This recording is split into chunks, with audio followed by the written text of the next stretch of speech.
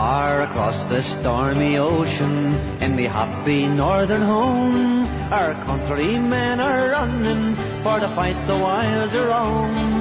I can see the Union cruiser in the harbour at Belfast, and the orange flag of liberty is floating from the mast.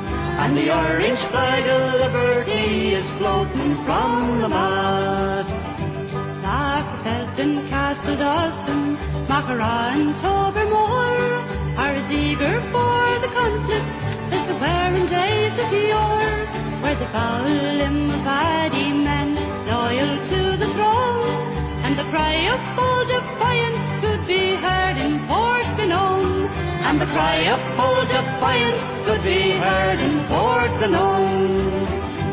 There's the fighting men of Garva and the sprigs of Foyle Kilray, with their armour brightly burnished and their flags and banners gay, like a roaring crowd of Arabs coming o'er their native hills. 'Twas heard in Knockadooey, Ballymoney and Bushmills. 'Twas heard in Knockadooey, Ballymoney and Bushmills. On the streets of Londonderry, there's a grand inspiring scene. Our countrymen are arming to defend their maiden queen, with the walls so strongly guarded by defenders of the soil, and the cry of no surrender proudly echoes o'er the foil. And the cry of no surrender proudly echoes o'er the foil. Nanny's a loyal heart is throbbing in the town of Sweet Coleraine, where the men of proven valour there assembled on the plain. Cool, courageous, self-reliant, from the lips of Bovary man came a cry of bold defiance rolling o'er the river Van. A cry of bold defiance rolling o'er the river Van.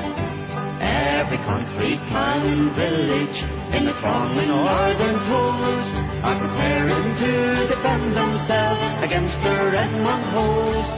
From the shores of Carrickfergus to the borders of Lough Neagh, there's 100,000 Orangemen preparing for the fray. 100,000 Orangemen preparing for the fray.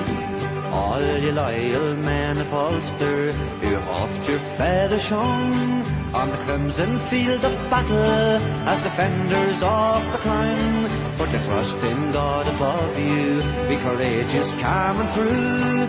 Then the North can bid defiance to John Redmond and Home Rule. Then the North can bid defiance to John Redmond